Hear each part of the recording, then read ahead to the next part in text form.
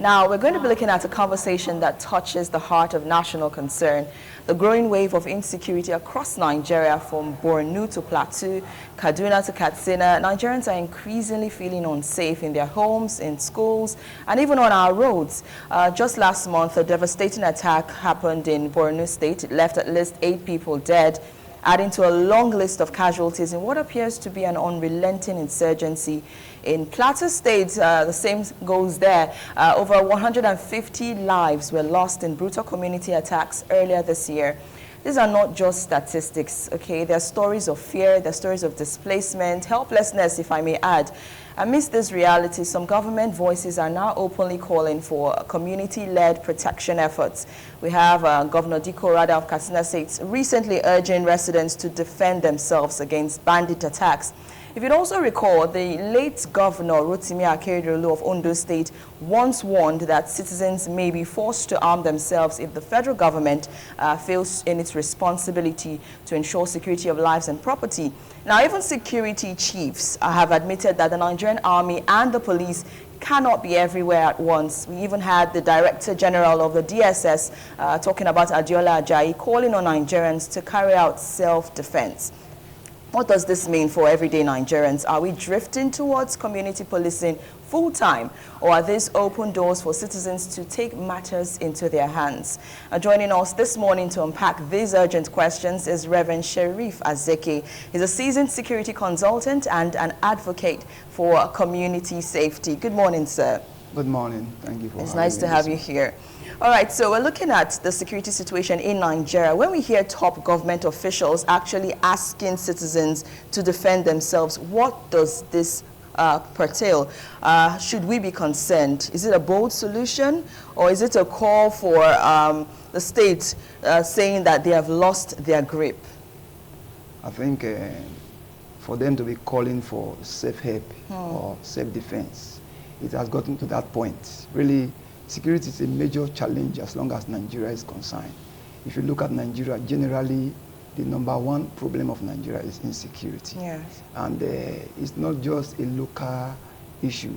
It's a global phenomenon. But because of the area in which government is handling security and the manner in which they approach security, we are seeing too many things escalating from that direction. Because we know the primary purpose of government is just 2 things: the protection and the welfare of the citizens. But when the government fails in this area, it becomes a big failure on their parts. And government does not have business, people do not have business in government if the government cannot provide security for its citizens. And that's what we are seeing today. Security is not just only for the northern region. Yes. It's everywhere, even to the communities. It has affected every facet of human endeavor in this country, and it's calling for serious attention. All right, so a lot of persons are unsure where the line between self-defense and taking laws into your own hands draws. Can you help us understand, okay, legally and practically, what Nigerians are allowed to do to protect themselves? The reason why they are calling for self-defense, because of what is going on right now.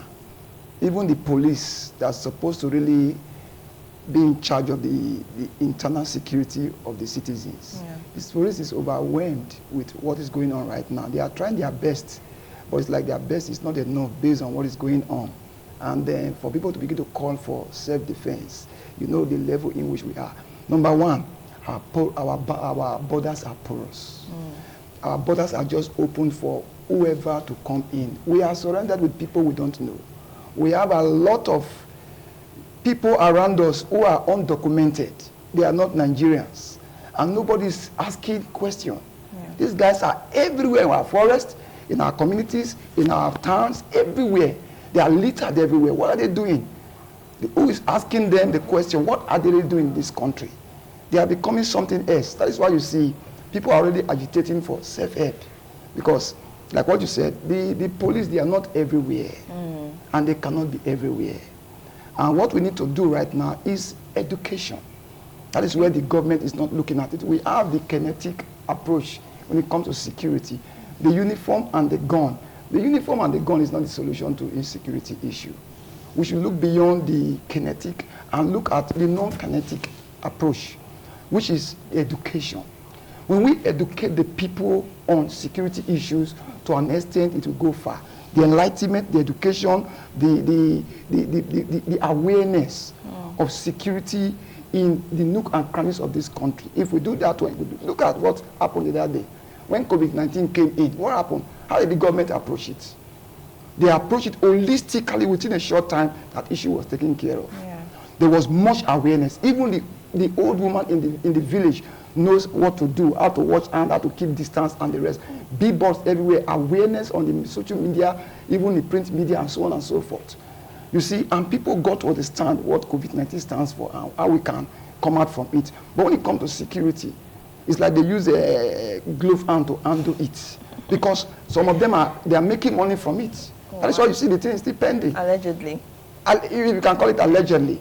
Because something you see that you can solve and you're not solving it, there's something behind the scene that we need to begin to look at. Okay, so just recently, Senator Ali Undume reacted to some of the recent revelation regarding the security situation in the country, and he talked about the one that happened in Borno State, and we also saw Borno State governor come out to react to some of these things. But before we even move over to his own reaction, Senator Ali Undume exposed so many things. He talked about the poor welfare of some of the security personnel. He talked about the fact that right now we do not have enough hands on deck. There are not enough boots on ground to help, you know, save the situation at the moment. And what does this mean for Nigerians? He said a lot of citizens have died, a lot of soldiers have been killed, and this is where we are. I saw a recent event where a particular commander was begging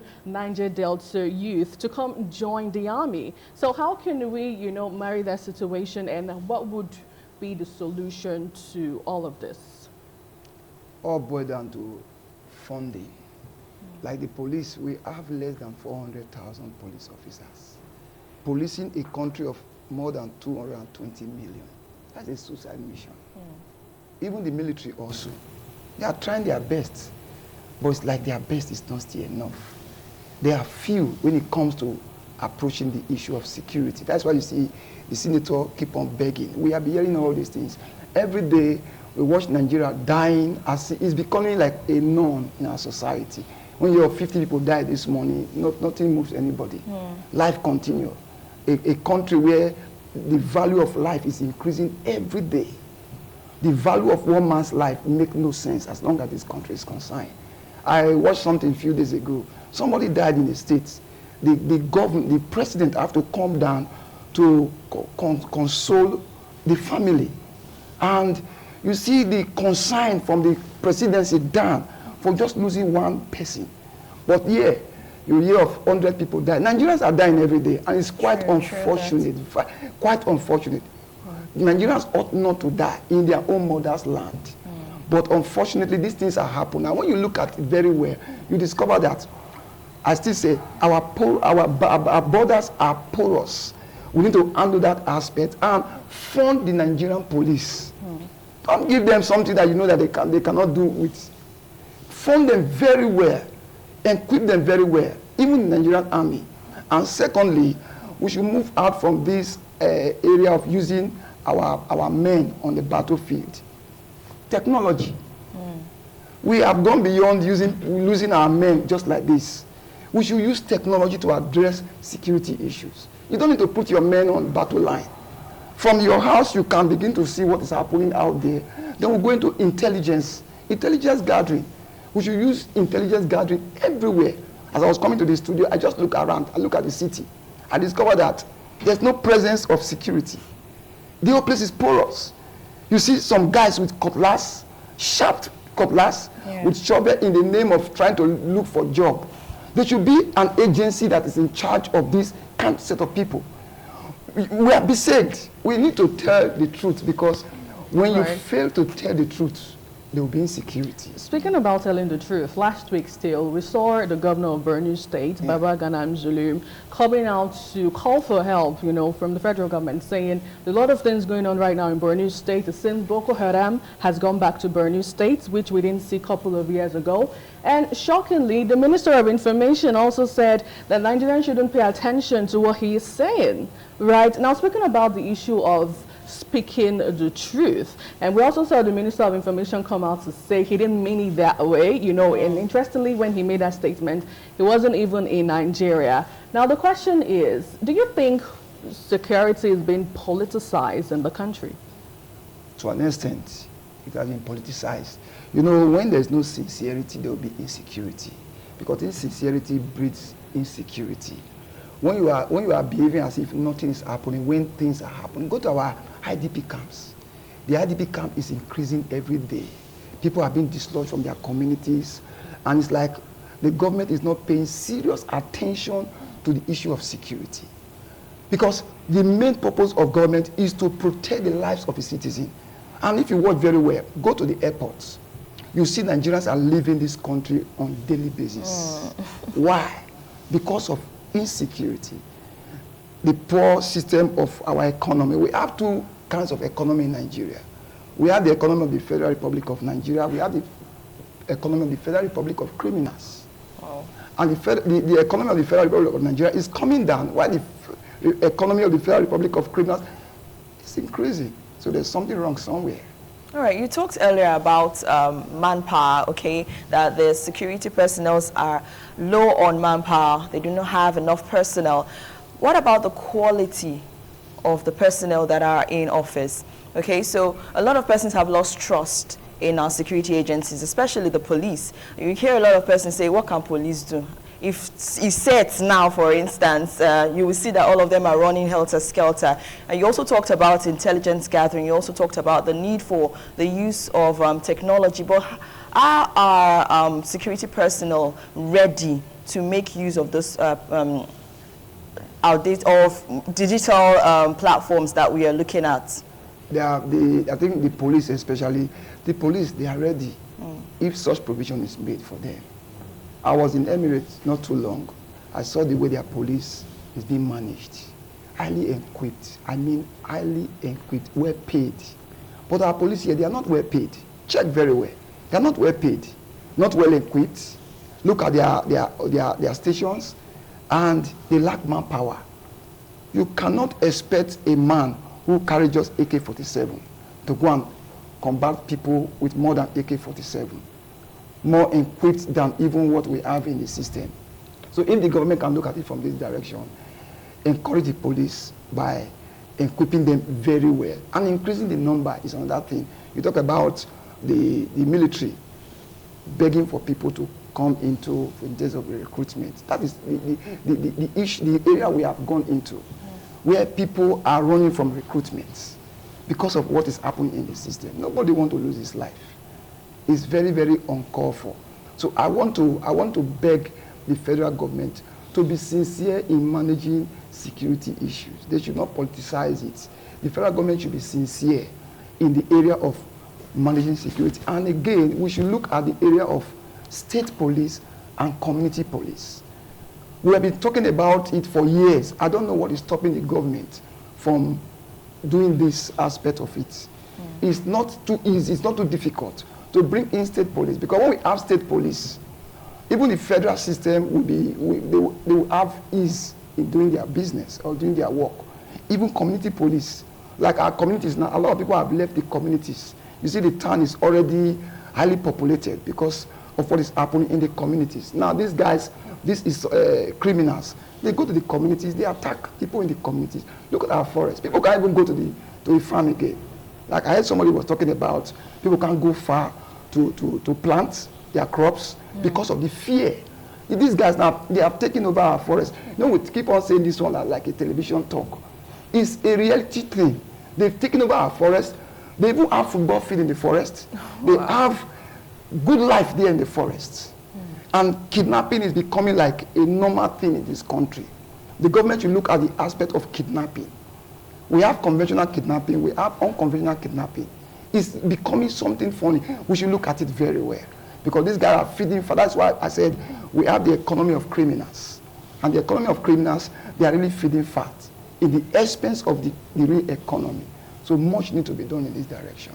Let's bring to the limelight the calls for community police. Yeah. Do you think, and state police as well, do you think that if we bring in community police across all parts of Nigeria, how do we ensure that these efforts are not abused? Okay? And how do we ensure that it does not create new problems in the society, bringing people into... Yes, we look at Ondo State, Amotekun is actually working fine.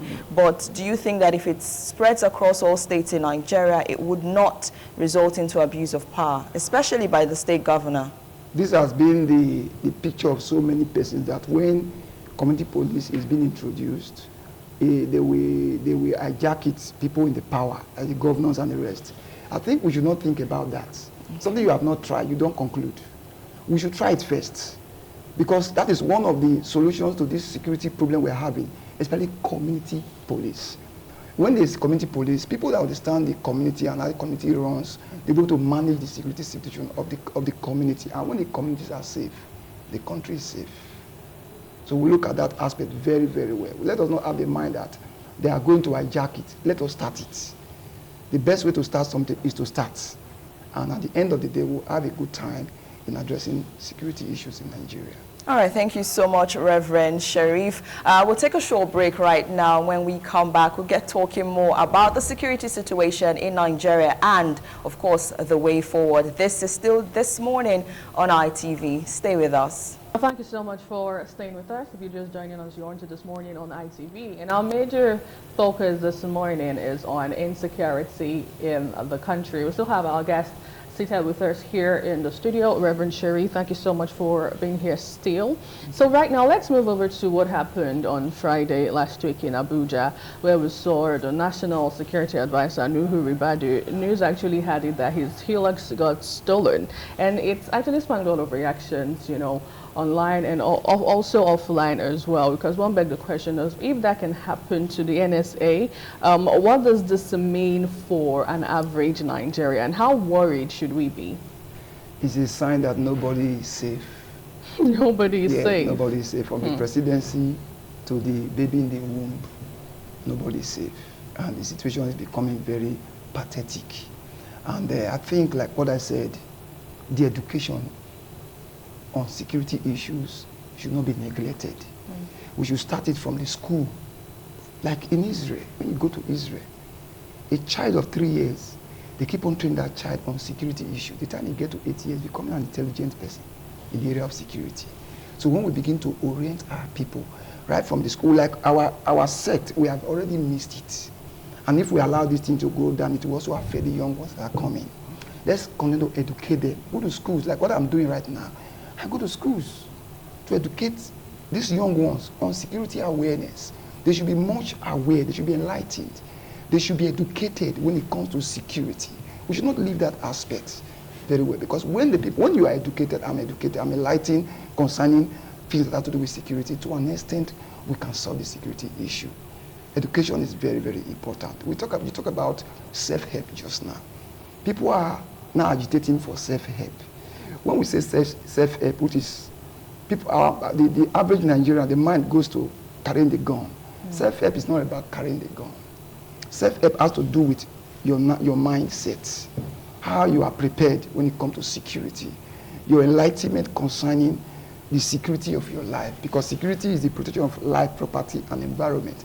This tripartite force, we need to look at it very well. Your life is very, very important when it comes to issue of security. You don't wait for the police. It's not the responsibility of the police to come and protect you as a person. The police will only come and assist you, not to protect. It is your responsibility. As a Nigerian, it's our responsibility to protect ourselves. How do you protect yourself? It's by educating yourself on how to be safe in anywhere you go to. It's very, very important. Spiritual protection, physical protection, even financial protection, social protection, economic protection, environmental protection, and so on and so forth. These things are very, very important. When we begin to go in this dimension, this direction, I think to an extent, What you don't know is bigger than you. Absolutely. It's because you don't know something. That is why the other person is using it as an advantage against you. You protect your house, protect your family. You don't leave your house like that. There are criminals out there, and they are telling you not to go on self-help. No, because self-protection is the first law of nature. Naturally, God puts certain things into us to protect ourselves. Like your eyes, when something passes, your eyes will close up. It's protecting something somewhere. Nobody's asking you not to protect yourself. Self-help. The issue of gun, I will say on that one, is not the real aspect of self-help. Lock your doors well. Put good gates in the community. Let there be people that watch over the community. There should be landlord association, very, very formidable aspect of it. Anybody that comes to that street, want to rent a house, must go through a system. There are systems in which we need to follow in order to be protected on our own. No. Self-help on our children, right. Self-help on our marriage, even our businesses and wherever anywhere you go to. You must make sure that you have the understanding of self-protection. Now, still on the legalization of gun, because it has been on the front burner lately with the 7th senator in Delta State, Senator Ned Woko, chairing the course. Are we even matured in Nigeria for it? Because we see what happens, you know, in other parts of the world. Are we matured in terms of our emotion, how we handle ourselves? Don't you think it's also going to be another destruction waiting in front? Tensions are high in Nigeria. The tensions of Nigeria, very, very high. When you tell them to go and hold the gun, someone can just insult you and you open the gun on the person. True. So we are not mature for that. Right. If anybody will carry harm, it should go through the legal system. There is no, the doors are not totally locked. There are ways to get this thing. You get a registered harm through the police or through any security agency. When you get it, you legalize it, you keep it close to you. It's not even the time to even leave yourself. Apart from the gun, there are other things you can put around you to protect yourself.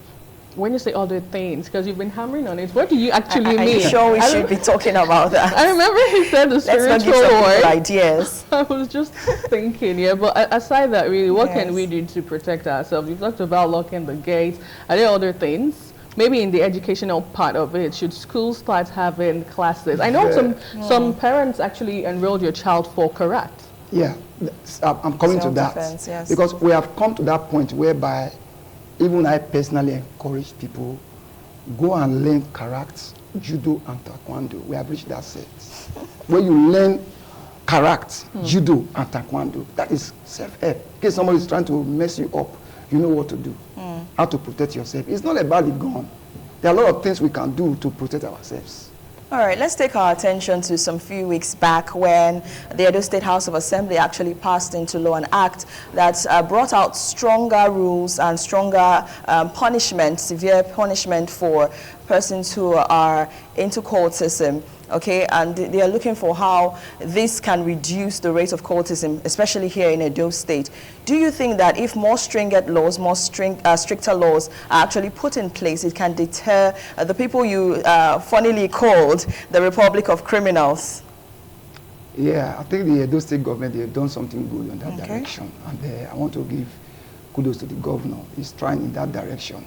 He just came in and he's trying to look at the whole thing. Putting stringent law on this issue also deter people from going into criminality. It's very, very important. You know, when the economy is good, people will not even think of going into criminality. The government need to put some infrastructure on ground to see how people can be well placed in different positions in life. So thinking of criminal activities and the rest, and let us focus on the youth. Because when we leave the youth, the youth is a great army. If care is not taken, they will cause more problem than good in this country. So the government should give more attention to the youth. Give them an enabling environment to strive if what they are educated for. It's very, very important. All right. Okay. On a final note, or you want to ask a question before we round off the segment? I'll love us to, you know, as we tend to wind up the conversation or leave the conversation here, we look at some of the ripple effects we've had so far regarding insecurity in our everyday lives. Because right now we know that people no longer go to farm as we should. What are the effects are we seeing currently at the moment? The issue of farming, I came here some time ago to talk about food security. It's one of the most dangerous security we can find ourselves, because the hungry man is the angry man. And now these guys, they know that when they take over our forests and our bushes and the rest, people cannot go to farm, they will come to their aid. I think the government should also do something important to that. That's why I said, there's an agency for this. Let us look at who is with us. Very, very important. Because when you are in the midst of strangers, people you don't know, automatically you are in danger. There are a lot of people that are strangers in our midst. It's like nothing is done in this direction. Let the agency that is in charge look at these aspects and see what we can do. Because you can't be in your own mother's land and you are being outrun by people you don't know. That is a serious security breach. We should look at it very, very well, and we should educate our people. I'm still saying education is one of the keys. Educate our people on security issues. Let there be much enlightenment, like what the ITV is doing. They are doing more on security awareness. This, what we are doing right now, is security awareness. And I want to give kudos to ITV for the level in which they have taken security issue. I thank you very much. And if the government should do jingle every day, do jingle every day. Before the previous government left, they did something. They brought a number. In America, we have 911. They brought a number. You can call this number anywhere you are. If you have any challenge, threat, or whatever, they will be a kind of quick response, either from the police, the army, the civil defense, and so on and so forth. But when they brought that number, 739, they didn't do more awareness to that. I'll be going around, canvassing, trying to do something about that number. Anywhere I go, I ask people, do you know 739? They say they don't know. Go to communities, so I call them on my programs. You know 739? They don't know. You don't put a structure without giving awareness. Okay, aside from awareness, are these lines actually effective? They are. You hear some complaints about persons trying to call in, maybe there's a security situation in their area. They call the police and there's no response. Or even if there is a response, there's a delayed response. What are the reasons for these delays? We're talking about manpower and putting structure and system together. As of the number, the calling, I think is effective. It's 24/7. It works. You can dial it after your program now. It will go. But one thing to dial, it's another thing for response. Yes. So the response is the thing. Like what happened in Uromi. If the people are really educated on this line issue, when you see something happen, you just call 739. To an extent, there will be a response. But because the people are not well educated in this aspect, government will bring something, but the awareness will not be there, which is not good. That's why I keep on talking about awareness. The way in which we handle COVID-19, you see the money they pump into awareness. Between a short time, we were able to come out from that situation. If government can pump money into security, and they monitor where this money are going and who is using the money for whatever, I'm telling you, we'll go far and address this issue very, very well. I still would like you to stress on the fact that when awareness is created, a lot of persons are now aware that you can actually call in a particular number if you have a security situation. But again, is our security personnel or our security personnel ready when the call comes through? I think to an extent, like what I would say, they are ready, but they still have some challenges. Okay. Which the government, like a few days ago, the governor, time ago, the governor brought in some vehicles for the security, police and army and the rest. That's part of it, quick response. Apart from the vehicle, there are other things that are attached to that. Yes. Fueling, maintenance, and training. These things are very, very important. If the people are aware, you're talking about the response. And the police, the army, the military, and those security agencies, they are well taken care of, well trained, well taken care of, giving the rightful equipment, the instrument to work with. I think they will do better than what they have done today. All right, so it all boils down to funding of our security agencies. Funding. All right, thank you so much, Reverend Sheriff Azeke, for being here on the show. It's been wonderful hearing you, of course, getting your wealth of experience on the topic, security situation in Nigeria and the way forward. This is where we call it a wrap in our Benin Network studio.